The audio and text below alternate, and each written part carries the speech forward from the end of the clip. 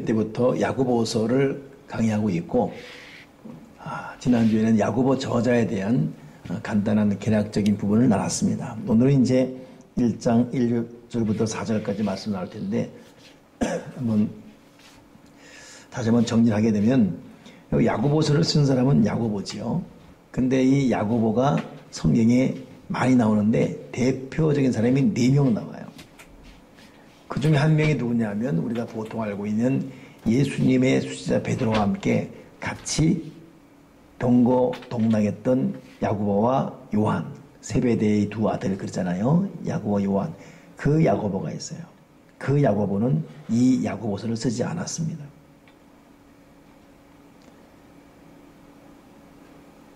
그리고 또 이제 예수님의 제자 야고보가 있죠. 그 제자 야고보. 근데 그 사람은 헤로드 왕 당시에 이미 죽었어요. 근데 이 야고보서에 나오는 내용 보게 되면 그 이후의 시대, 이건 약 서기 60년 전에, 60년 내에 써졌어요. 지금부터 2560 하면 얼마입니까? 하여튼 그때 써진 겁니다. 그 이전에 야고보는 죽었어요. 예수님의 제자가 그 사람도 아닌 거예요. 알페오의 아들이라는 야고보 있죠. 마가복음, 마태복음 10장에 나오는 그 야고보도 별로 언급이 안 돼요. 그 사람도 아닙니다.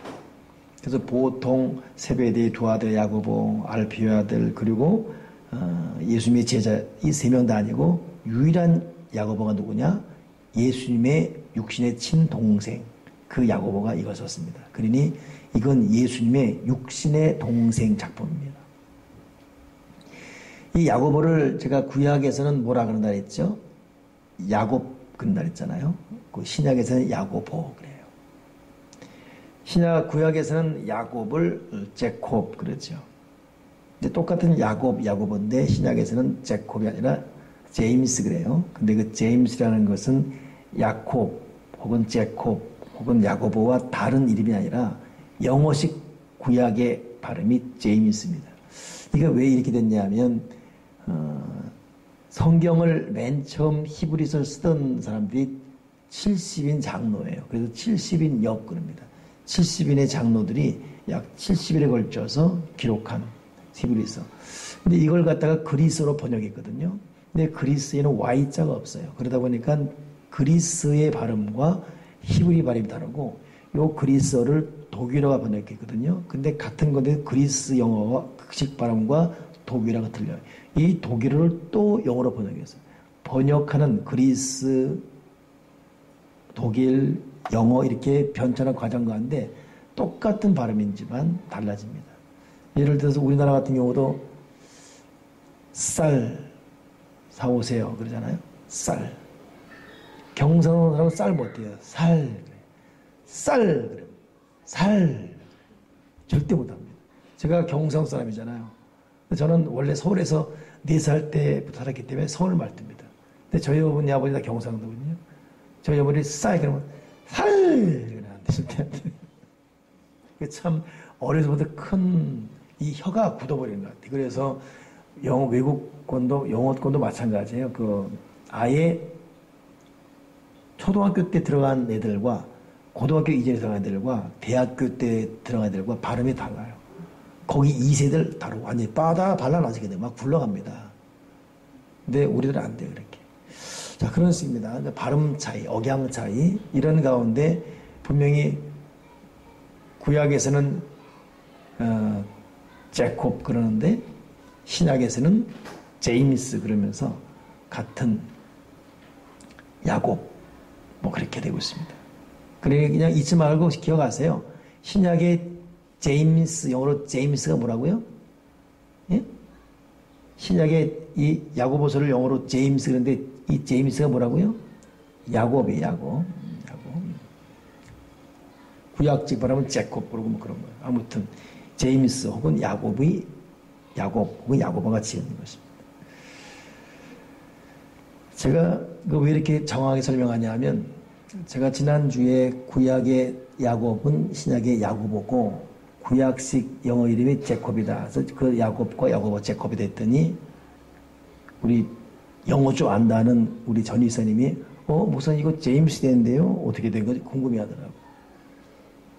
그래서 말해주려 했는데 안 나왔네요. 오늘. 이따가 만약 그분 들어오시면 다시 하겠습니다. 이 부분은. 아무튼 여러분 우리는 잊지 말아야 돼요. 제콥이 신약에서는 제임스는 야곱이라는 뜻이에요. 해석하면. 그 영어 여러분 딱 제임스 찾아보면 한글 답으로 야고보 이렇게 되어 있어요. 자, 그렇습니다.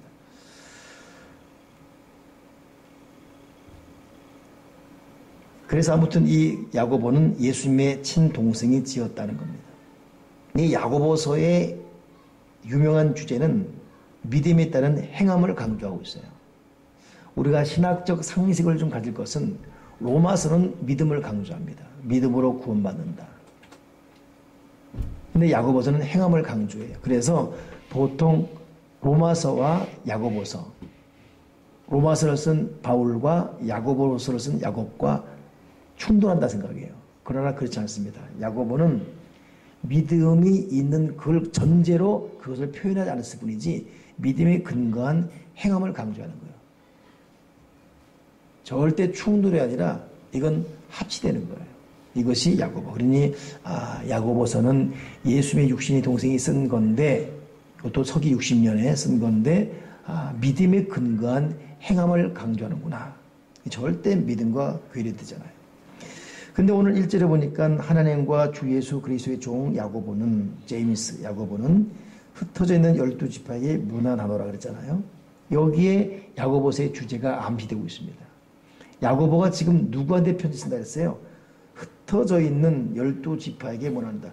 12지파라는 것은 항상 신약에 하는 상징적 표현으로 이스라엘 전체 대한민국 국민들 말할 때처럼 12지파게 되면 이스라엘 모든 사람을 다 총망라하는 상징적 표현입니다. 근데 왜 흩어졌다? 이게 왜 흩어졌는가? 이게 핵심이에요. 로마 제국 당시 이때가 그때 핍박을 받으면서도 사랑의 교제와 믿음을 잃지 않도록 권면한 교훈이 참 많습니다. 그래서 이 야고보서를 신약의 잠언 그래요. 잠언과 유사한 부분이 많습니다. 이게.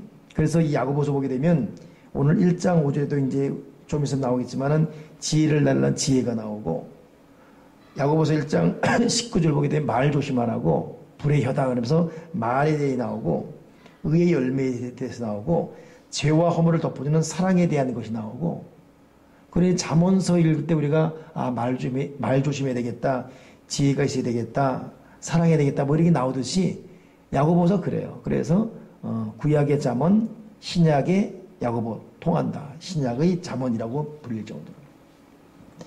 근데 이제 이것을 강조한 이유가 뭐냐면 이 사람들이 흩어진 거예요. 왜 흩어졌냐면 핍박 때문에 흩어진 거예요. 여기저기 뿔뿔이 흩어져 버렸습니다. 결정적으로 스데반 죽음 이후에는 더 갈기가 있어졌어요. 그래서 너희들이 핍박 때문에 흩어졌지만 흩어진 그곳에서 믿음을 지키라. 이런 의미에서 행함을 믿음의 행위를 강조하는 것이 오늘 이 부분입니다. 근데 이 야고보가 지금 흩어진 12지파에게 말하면서 2절부터 어떻게 말하냐면 어떻게 했죠? 내 형제들아 그랬잖아요. 이 형제들아 이것은 굉장한 그 당시 특수한 언어학적 표현입니다. 나의 형제들아 사랑 형제들아 이것은 보통 이 야고보서에 보면 14번 나올 정도예요. 이 정도로 형제라는 말을 많이 하는 것은 믿음에 대한 깊은 애착, 동질감, 하나됨. 그래서 이때로부터 이 형제라는 것이 구체적으로 사람들 입에 회자되기 시작합니다. 어려울수록 형제들 힘을 냅시다. 우리는 같은 목표를 향해 가는 같은 공동체입니다.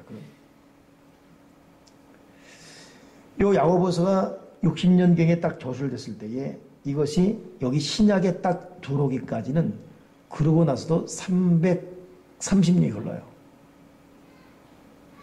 정확히 말하면 서기 397년에 이 야고보서는 성경 신약에 넣어도 되겠다. 그때 포함됩니다. 굉장히 고생을 많이 한 책이에요. 다른 것은 바로 기록됐는데 60년에 써줬는데 이게 정경이냐 아니냐 이거 정말 성경에 집어넣을 만한 정통성, 내용성, 의미성이 있냐 학술성이 있냐 역사성이 있냐 이렇게 지지고 복귀하기를 340년 그냥 일반 방치된 책. 그러나 그 내용 안에 칼빈이라는 사람은 나는 이 야고보서에 대해서 이론의 여지 없이 기꺼이 받아들이고 있다. 이 책을 배척할 만한 그 어떤 이유도 발견할 수 없다. 이렇게 딱 정의 내릴 정도로. 근데 이렇게까지는 굉장히 진실로 그렇기 때문에 이 책이야말로 오늘 본문 있잖아요. 여러 가지 시험을 당하거든 온전히 기쁘게 해라. 너희 믿음의 시련이 인내를 만들어낸 줄 너희가 알매라. 이 책이 지금 다른 사람에게 인내를 이루라 이렇게 말하기 전에 이 책 자체가 그렇게 오랜 기간 인내가 필요할 정도였어요. 한 330년 걸리다니까. 사람이 쓰고 나서 330년 동안 거들떠 보던 책이 됐어요. 그러다가 330년 후인 그냥 397년에 드디어 이제 신약이 올라오는 그런 책.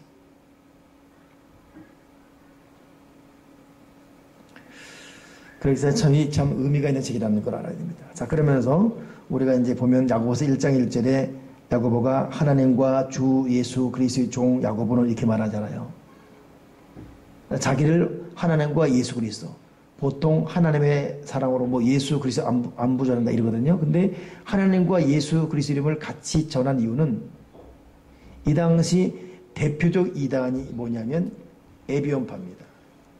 이들은 예수는 예수지 예수가 왜 하나님이냐 이런 이단이었어요. 그렇기 때문에 하나님과 예수님이 같다 이걸 말하려고 하나님과 예수 그리스도 종 나 야고보는 너희 형제들에게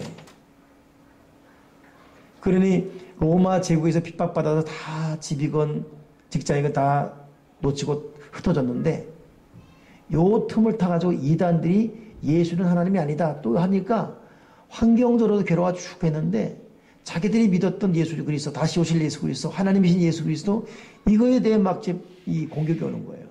그러니 흩어진 이스라엘의 모든 사람들이 2종 3종 고통을 하고 있습니다. 그러니 이런 상황에서 야고보가 얼마나 중요한 시점에 이 글을 써야 했던지 이해해야 됩니다. 그래서 내 형제들아 하나님과 예수님의 종인 나는 예수님 하나님이다. 예수님은 하나님이다. 이렇게 표현하기 위해서 하나님과 예수의 종인 나는 내 형제들에게 너와 나는 당하고 있다. 시련 이런 모든 시련 앞에 도리어 온전히 기쁘게 하자. 이렇게 인상하는 것입니다. 이것이 야고보서가 기록된 당시 상황의 이 정황입니다. 자, 그런 가운데 오늘 야고보서에서 야고보가 하는 말 한번 보면 2절에 보니까 내 형제들아 너희가 여러 가지 시험을 당하던 온전히 기쁘게 여기라 이렇게 말하고 있지 않습니까?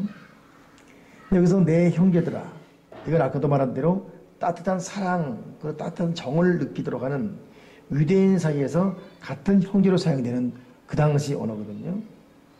근데 이렇게 형제로 표현하면서 너희가 여러 가지 시험 만나가도 온전히 기쁘기라. 이 시험이 뭐냐면 시련, 도전, 역경 이건데 이 시험은 내면적인 시험이 아니라 외부로부터 주어지는 시련이에요. 그래서 시험보다는 시련이라는 말이 더 맞을 정도로.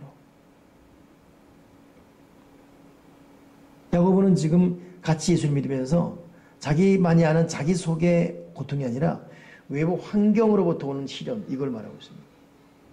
그리고 이 시련의 특징은 여러 가지로 계속 만나게 된다는 것이에요. 베드로도 일찍이 베드로 전서 4장 10절에 말했지요.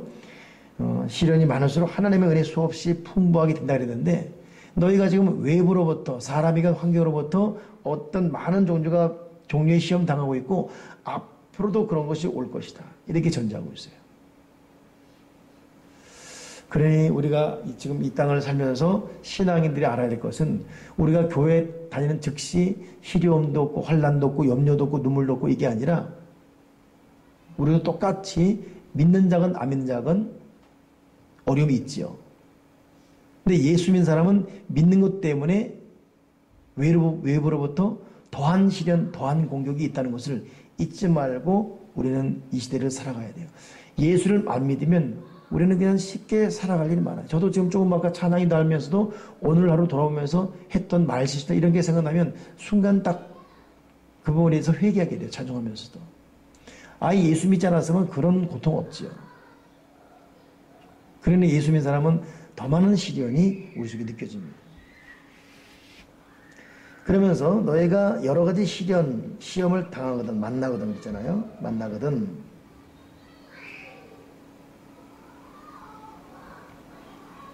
온전히 기쁘게 여기라 그랬습니다.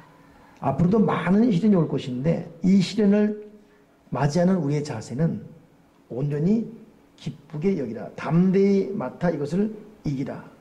이걸 지금 말하고 있습니다. 이 부분이 참 어렵습니다. 여러분 시련당하고 시험당하고 어려움당한 사람에게 뭐 기쁘게 여기라. 그런데 그 이유는 뭐냐면 이것이 인내를 만들어낸 줄 알기 때문에 결과가 요 기쁘게 여길 때 인내를 만들어내기 때문에 우리가 지금 어떤 시험 시련이건 우리가 이 과정을 잘 견디면 인내를 만들어주기 때문에 견고히 설 수 있는 인내. 이 인내라는 것이 이 헬라어는 휘포모네 그래서 견고 뜻입니다. 삶 자체가 견고지기 때문에 시련, 어려움, 환난, 시험 나가거든 일단 기쁘게 여기라. 그러면 네 인생이 견고해진다 이런 뜻입니다. 그러니 야고보는 이 부분을 굉장히 강조하고 있어요. 여기 여러분 더 이상 어떤 해석을 집어넣지 맙시다. 이 문장 그대로 믿어야 돼요. 지금 여러분 어떤 시련이 있습니까? 어떤 시험이 있습니까? 이 시련과 시험 앞에 우리가 맞이할 것은 기뻐하는 것. 이게 어렵죠. 그러나 기뻐해야 됩니다. 그 이유는 뭐냐면 성경은 그럴 때 우리가 견고해지기 때문에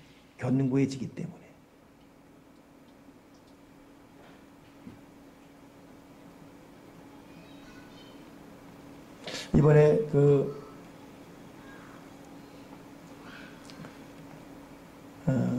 터키로 난민 이렇게 하다가 3살짜리 하나 죽었잖아요. 물에. 그래서 파도가 밀려와도 움직이지 않고 파도를 좋아해야 될 아이가 파도에 머리가 그냥 묻었어요. 참 그거 보면서 마음이 참 아팠지 않습니까? 근데 애들은 보통 머리가 가분수예요. 우리 나이 정상 되려면 애들은 보통 머리통 크잖아요. 보니까 참 우리가 흔히 볼 수 있는 머리통이에요. 막 까불 다 머리통이 툭 쳐갖고 그 파도가 안 돼 이만큼 덮여도 움직이잖아.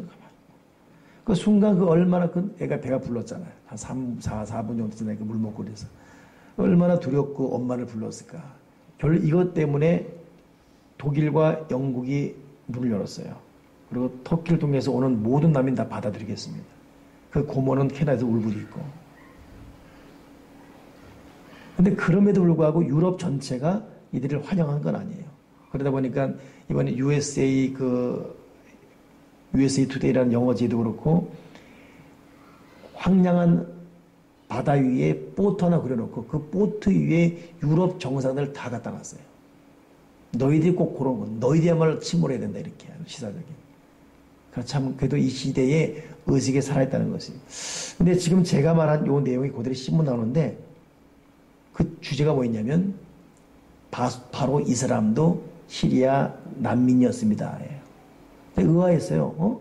바로 이 사람도 시리아 난민이었다? 그러면서 거기 유럽 정상들 보트 위에서 이 서 있는 거 나오고 아이 그 빠져 있는 거 나오고 울부짖는 거 나오고 결국 독일이 약 100만 명 정도 난민이 올 거로 예상하고 있지 않습니까? 다 받아들여요.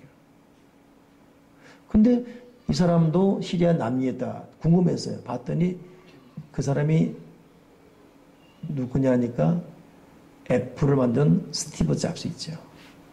이 사람이 시리아 사람이에요. 난민이에요.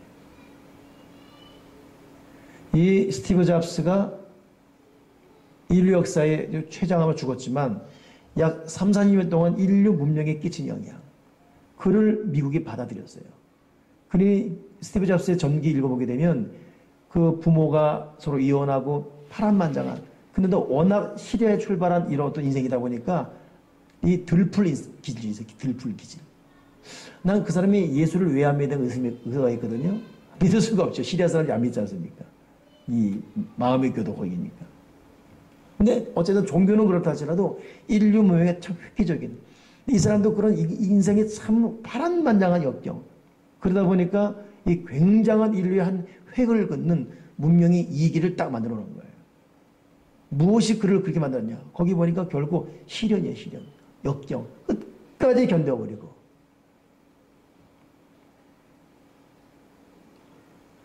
그러니 시련은 나를 견고하게 한다. 한번 따라합시다. 시련은 나를 견고하게 한다. 자, 여러분 이 절대 진리를 잊지 말아야 돼요. 그러니 참 그러고 보니까 오바마도 아프리카 케냐 사람이고, 그러니까 미국의 태생들이 별로 많지 않아요. 사실. 다 이 주입돼 들어와도. 여러분 여성 최고의 그 흑인 앵커 있죠. 누구죠? 네? 오프라 윈프리. 이 사람 흑이잖아요. 이 사람 성폭행 당한 여인이에요. 자기 친척에게. 그리고 마약하고 굉장한 삶이 다 망가진 사람이에요. 근데 결국은 이 사람 믿음과 함께 자기 현실을 뒷구려졌어요. 이 사람 이 오프라 윈프리 재단이 있지 않습니까? 어마어마한 돈을 모아요. 결국 그 사람 자서전 보게 되면 이런 이 시련, 이 역경이 나를 견고하겠다 이것이에요. 오늘 야고보의 이 메시지 우리 마음에 간직합시다. 야고보가 이거 쓸 때만 하더라도 같이 예수 믿던 사람이 다 흩어졌어요. 로마의 핍박 때문에. 거기에 이단들이 침투해서 예수는 하나님이 아니다라는 영적 혼란까지 줬어요. 이걸 목격한 이 야고보는 마음이 아팠습니다. 그리고 말하기를 형제들아 사랑을 표현하고 있어요. 그리고 말하기를 시련 앞에 우리 기쁘게 여기자. 인내, 즉 우리를 견고하기 때문이다. 오늘 여러분 시련은 피할 것이 아니라 온전히 기쁘게 여기고 도리어 담대히 맡아서 감당해야 될 사건을 잊지 마시고 오늘 설교 위에 기도할 때 하나님 이런 시련 저런 환난 저런 공격 앞에 내가 담대하게 하시고 도리어 내가 견고해지게 도와 주여 주시옵소서.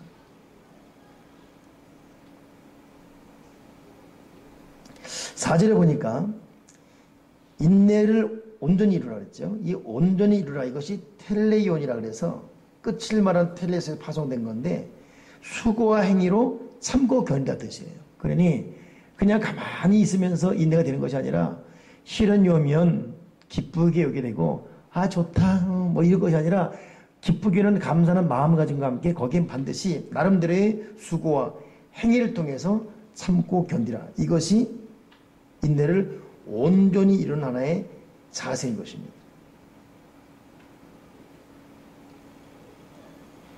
오늘 이런 믿음의 자세로 살아가야 바랍니다.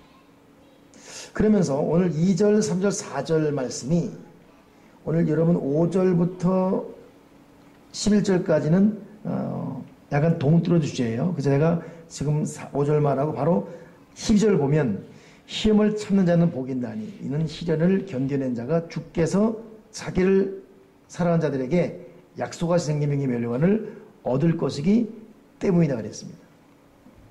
자, 이 말은 지금 제가 설명한 말이에요. 그렇구나. 외부로부터 오는 우리 믿음을 공격하고 이 혼란시키는 것은 우리가 기쁘게 여기고 견뎌야 되구나. 내가 견고해지기 때문에. 요건 12절이에요. 근데 12절의 시험과 13절의 시험이 달라요. 12절의 시험은 아브라함 같은 사람이 믿음의 정체성을 공격받는 영적인 시험 환란이었다면 13절의 시험이라는 것은 자기 욕심에 미혹됩니다. 그래서 보통 우리는 보통 시험 시련 그러지만 하나님이 주시는 시험을 테스트 그러고 자기 욕정, 자기 인간성, 자기 어떤 그 마음, 미혹, 욕심 이것 때문에 오는 시험을 템프테이션 그래요. 테스트 같은 것은 여러분 하나님으로 직접 주어지는 템프테이션은 순회의 자기 미혹. 그러면 이 템프테이션 유혹은 왜 오는가? 말 그대로 욕심 때문에 그렇습니다. 욕심. 자기 속에 숨어있는 이 욕심. 또 하나 악한 것에 대한 열망. 이것이 템프테이션. 이게 넘어지게 된 것이죠. 이 욕심과 악한 것에 대한 열망, 이거에 미혹되는 상태를 말합니다. 그래서 보통 이것을 보통 성경학자들 말하기를 이 미끼를 딱 던져놓으니까 고기들이 이 미끼 밥을 그 냄새 이것 때문에 딱 먹거든요. 하는 순간에 이 아가리가 딱 꽂혀지죠. 그때 끌려가는 거예요. 미끼 던지는 거예요. 미끼. 우리 마음의 연약함과 내 마음의 어떤 정욕과 내가 즐기는 내 육체의 향락 이거 미끼를 던져서 여기 자꾸 악한 걸 생각의 습관 그리고 욕심. 이거 때문에 덥석 문 닫으면 이제 끌려가는 것이죠. 오늘 여러분 이 부분을 한번 정리하면 마음에 잘 생각하세요.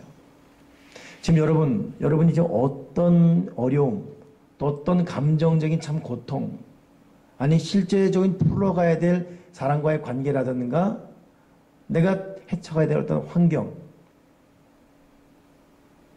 이게 지금 테스트인지 템프테이션인지 우리가 가만히 묵상하면 여러분 구분이 됩니다. 정말 하나님의 뜻대로 살아가려고 하는 계획 가운데 주님의 길을 가고 사역을 감당하는 데 오는 어떤 그 물질적인 것, 건강적인 건 자기 계획에 대한 이 외부의 공격은 테스트입니다. 이 테스트는 도리어 기쁘게 여겨야 돼요.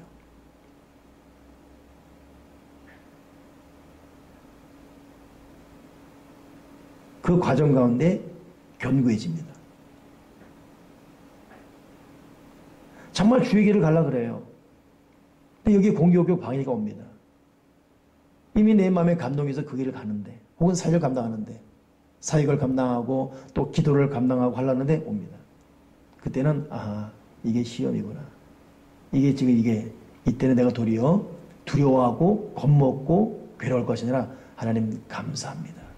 그게 참 이 소강성 목사라는 사람이 그 권영호 목사님이라고 제가 자주 말씀드리잖아요. 근데 그분은 굉장히 좀 논리적인 분이기 때문에 어떤 목사도 이렇게 냉정한 평가 내리는 분이에요. 이번에도 국회 조찬기도 때문에 갔는데 그 설교가 여의도 순복음교회 이용훈 목사님이거든요. 그러고 나서 이제 통화를 했죠. 목사님 그분 설교 어땠어요? 했더니 나는 원래 설교 비판 안 하잖아. 이 뉘앙스가 못했다 그 뜻이에요. 그렇군요. 예, 그랬어요. 근데 이분 입에서 그 불덩어리야 대단해 이렇게 말하는 분이 누구냐면 소강서 목사입니다. 불덩어리라는 거예요. 근데 소강서 목사님 흔히 우리들로 말하면 가방끈이 짧아요. 배움이 짧습니다. 내가 한 번 말했는데 제가 소강서 목사님과 비행기를 같이 타고 일본 간 적이 있어요. 서로 몰랐죠. 나도 모르고 그분도 모르고. 이미 그분 유병수 탈 때고. 야, 근데 유일하게 한 명이 통화를 못해. 영어를 못해가지고. 간단한 영어인데. 그분이에요. 그분보다 내가 영어를 잘하는 거예요. 그분 통화 못했어. 근데 목회는 끝내주기 잘하지요. 근데 그 이면을 살펴보면 이분은 예수 믿는 것 때문에 자기 아버지한테 기둥에 묶여가지고 두드려 맞았어요. 넌 너무 새끼 한 번만 더 교회 가면 죽인다 그러고 몽둥이로 도망 묶어로 때렸어요. 나중에 오줌도 질 쌀 정도로. 근데 이 환란에 다 기뻐했대요. 아버지 존경합니다. 그러나 이거는 내가 순종할 수 없어. 뭐 이 아이놈의 시기 막 두드려. 결국 그 아버지 굴복하고 다 예수 믿죠. 우리 시대적인 종도 있죠. 여러분 테스트 앞에 기뻐하십시오.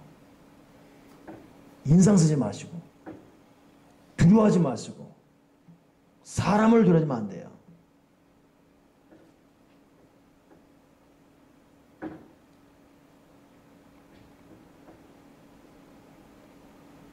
제가 연합회 회장으로 이렇게 사역하면서 제일 신경적인 참 위기, 어려움이 있었던 것이 이번에 양주시장 현삼시 건이에요. 이분이 선거 과정에 불법을 저질렀거든요. 이만큼밖에 안 돼, 이만큼이 돼가지고, 그래서 지금 시장이 잘렸어요. 지금 우리 양주에 시장 없어요. 없고 내년 4월에 총선이 있습니다. 그때 다시 뽑아요. 이분은 1년 만에 잘려버렸어요. 근데 현 시장이라는 이 프리미엄 때문에 이 각 기관 단체장한테 이분에 대해서 탄원서 받으면 가능성이 있어요. 그러면 불교계, 기독교계 각 단체장한테 했죠. 여기에 협조한 사람이 2만 명이 넘어요. 단체장 그룹에 대한 사람이 2만 명이 대단한 것이죠. 유일하게 안 한 데가 그냥 기독교예요. 제가 연합회장이니까 저한테 연락 왔죠. 와, 전화 오는 것 안 된다 하니까 뭐 시의원, 그 새누리당 국회의원. 근데 내가 이건 어떤 그 당을 지지하지가 떠나서 신화적 양심 안 되는 거예요. 내가 개인적으로 충분히 이해하고 같이 아파할 수 있습니다. 그러나 이건 신앙 양식상 안 됩니다. 이것은 할 수 없습니다. 그러니까 내가 안 하니까 우리 양주시 300여 개 아무도 못했어요. 그때부터 공격이 오는데 와 타교단 큰 교회 목사 큰 교회는 보수잖아요.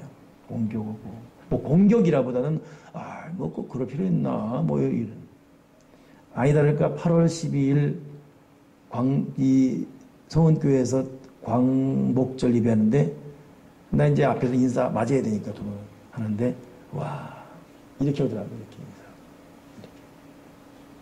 나도 이렇게 그랬죠. 그분 마지막 만나요. 그리고 그 다음 주 대법원 체령 판결에서 다 잘렸어요. 내년에 우리 다시 들어가요. 다시 보궐선거 들어가는 거예요. 참 이건 제 어떤 것과 상관없이 주어진 갈등이에요. 결단해야 되는 것이고 그때만큼 그 순간마다 전부 혼자 외딴섬이었어요. 여러분 지금 우리에게 오는 여러 가지 환경 사건 앞에 이게 테스트냐 템프테이션이냐 스스로 구분하십시오.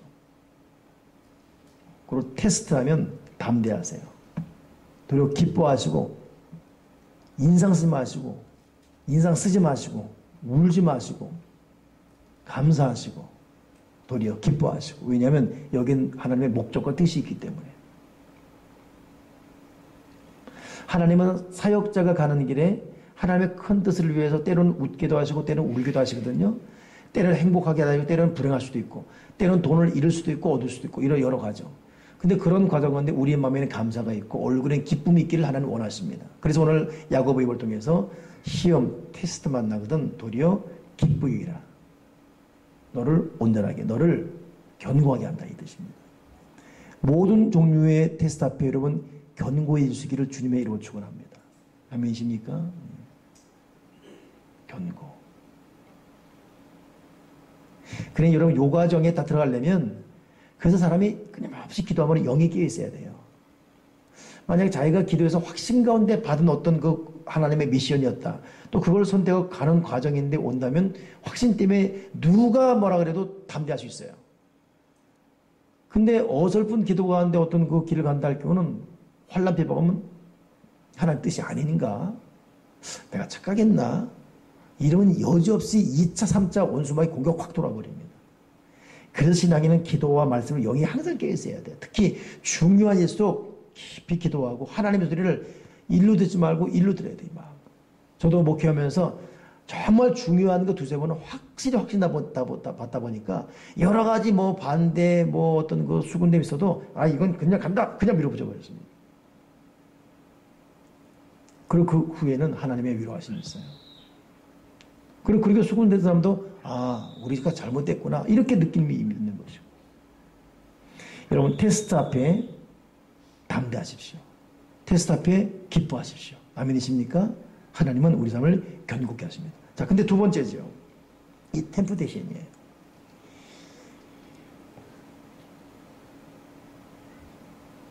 유혹을 갖고 시험 당한 다음에 기뻐하면 안 되고 회개해야 돼요.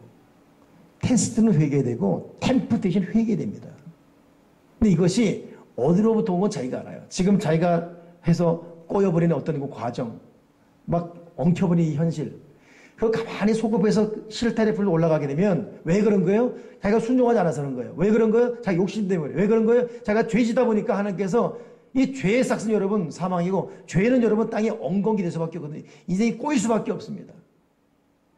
과정은 다 무시해버려 꼬인 거 앞에 나 시험 당했다고. 그건 시험 아니잖아요. 자기 미혹에 의해서 온 미끼를 덮어서 물어버린 거잖아요. 그게 템프테이션을 회개해야 돼요. 자기가 낭비하게 살고 과소비에 살고 막 엉켜버리고 막 그런 상태에서 이런 시험이 무슨 시험이에요? 그거는 자기 스스로 생활 고치고 정리해야지요.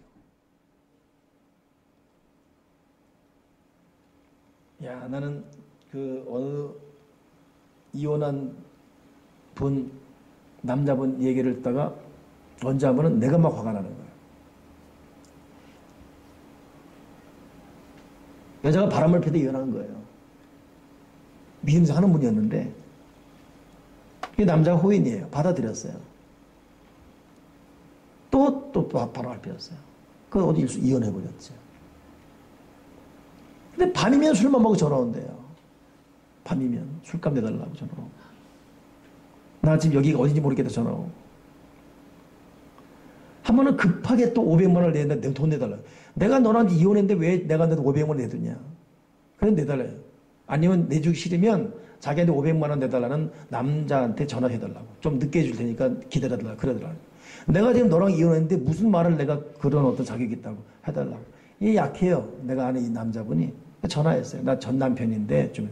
그러니까 그 사람이 숨을 쉬면 내가 왜 500만 원 달는지 아십니까? 봤더니 그새 이혼하고 그새 결혼을 약속한 거예요. 그리고 결혼 약속하고 갔는데 그때 이제 결혼 약속하고 이제 식구들끼리 이제 여행을 간 거예요. 거기서 이 남자 시동을 또 엉뚱한 짓을 한 거예요. 이게 또 걸린 거예요. 아, 나 말 듣는데 얼마나 승질 나는데. 근데 술 먹고 하는 게 또 술 전화 왔대. 그 전화 받고 나한테 연락이 온 거예요. 며칠 전인데. 내 인생이 이렇게 어렵고 하나님 살아계시면 나를 왜 이렇게 만들고 또 글을 드려요 또. 그러니까 내가 한 남자분이 죽으려고 그러는 거예요. 그냥 저렇게 몰라 저렇게 모를까. 자기 인생은 꼬였고 나는 참 하나님 왜 나한테 시험을 주지. 거기다가 시험이란 말 집어넣으면 안 되고 자기가 음란해가지고 있는 건데 아무데나 시험 집어넣지 마십시오. 이런 교회도 마찬가지예요. 지금 보통 보면 나 시험 들었다고. 그게 시험 든 거야 아니면 자기 성질이 못해서 시험 든 거야 이게. 그건 유혹이지 그거. 시험은 그렇게 간단한 게 아니에요. 시험은 하나님이 주신 미션 이걸 아멘 받아들였어요. 이걸 추진하는 과정 가운데 정말 네가 제대로 길을 가는지 환경은 사람을 통해 아래로 위로 도는 것입니다. 근데 이 템프테이션은 다분히 자기 마음이 잘 돼야 돼요. 부패한 마음, 정욕의 마음, 이런 욕심의 마음 여기서 미혹되는 것이죠. 얼핏 보면 결과는 똑같아요. 꼬인 인생, 사람에게 괴롭당하고 어려움당하는 환경은 똑같아 결. 근데 자기만이 기도하면 알 수 있어요. 이것이 그 뒤를 속아보면 이게 내 욕심, 유혹, 내 욕정, 내 어떤 내 이기심 때문에 온 것인지 아니면 하나님의 미션을 수행하는 과정에 온 것이 자기가 압니다. 우리가 정직해야 돼, 진실해져야 되고. 오늘 야고보는 우리에게 분명한 말 하고 있습니다. 말씀 정리하면서 야고보 시대에 이 많은 사람들이 로마의 핍박 앞에 다 흩어졌어요. 거기에 이단 때문에 하나님, 예수님은 하나님이 아니다. 이 말까지 없으면 성들이 있지. 이때 형제들아. 이런 시험 앞에 담대해라. 우리가 도리어 견고해질 수 있는 과정이다. 이렇게 말하고 있습니다. 그러면서 혹시 이걸 오해할까봐 내가 말하는 이 테스트 시험과 보통 사람들이 말하는 템프테이션, 유혹과 구별해라. 그 템프테이션은 스스로 어떤 유혹과 욕심과 인간 생각을 온 것이다. 그건 아닌 것이다. 이거예요. 오늘 저와 여러분에게 테스트와 템프테이션이 구분되길 바랍니다. 여러분 지금 가정에서 직장에서 남편과 아내 부모와 자식 가운데 또 교회 안에서 일상의 삶 가운데 테스트예요. 템프테이션이에요. 어떤 어려움이 있습니까? 그 어려움이 여러분 지금 뭐로 생각하고 있어요? 테스트입니까? 템프테이션입니까? 알아보려면 일이 왜 생겼는지 거꾸로 소금해 가십시오. 거꾸로. 왜 그랬지? 언제부터? 성령님이 지혜 줄 거예요. 오늘 5절이 있죠. 지혜가 부족하거든 구하라. 지혜는 하나님의 눈으로 자기를 바라보는 눈, 이게 지혜거든요. 하나님의 눈으로 나를 보게 할 것이다. 아, 이건 유혹이었구나. 그래서 이런 결과구나. 그거는 회개해야 돼, 하나님 앞에. 그 쓴물을 먹어야 돼요, 회개하면서. 그리고 이건 테스트였다. 그때는 감사해야 돼. 하나님, 땡큐, 감사합니다. 비록 내가 이런 어렵지만, 하나님, 감사합니다. 늘 얼굴에 기쁨이고 웃음이 있고. 이게 사역자 가는 길입니다. 테스트 앞에 사역자로 감사할 것인가? 템프테이션 앞에 어떤 그냥 일반인으로 살아갈 것인가? 우리가 현재 내 모습을 기억하시면서 잘 처신할 수 있는 저와 여러분 되기를 주님의 이름으로 축원합니다. 기도하겠습니다. 하나님 아버지, 지금 내가 당하고 있는 이 어려움, 이게 테스트인지 템프테이션인지 이게 시험, 시련인지 아니면 유혹인지 오늘 기도하며 곰곰이 생각해 보게 하시고 이 결과 그 이전을 한번 곰곰이 거슬러 올라가서 생각해 보게 도와주시옵소서. 왜 이런 일이 일어난지를 더듬어 보게 도와주시옵소서. 그리고 지혜 주셔서 깨닫게 하시고 그렇기 때문에 유혹으로 인한 고통이었다면 진실로 회개하고 돌이키게 하시고 믿음에 근거한 시험이라면 도리어 감사하며 기뻐할 수 있도록 올바른 처신 깨달음을 주시옵소서. 예수 그리스도 이름으로 기도드리옵나이다. 아멘. 참 설교 끝나고 인사를 시켜드렸는데 어떻게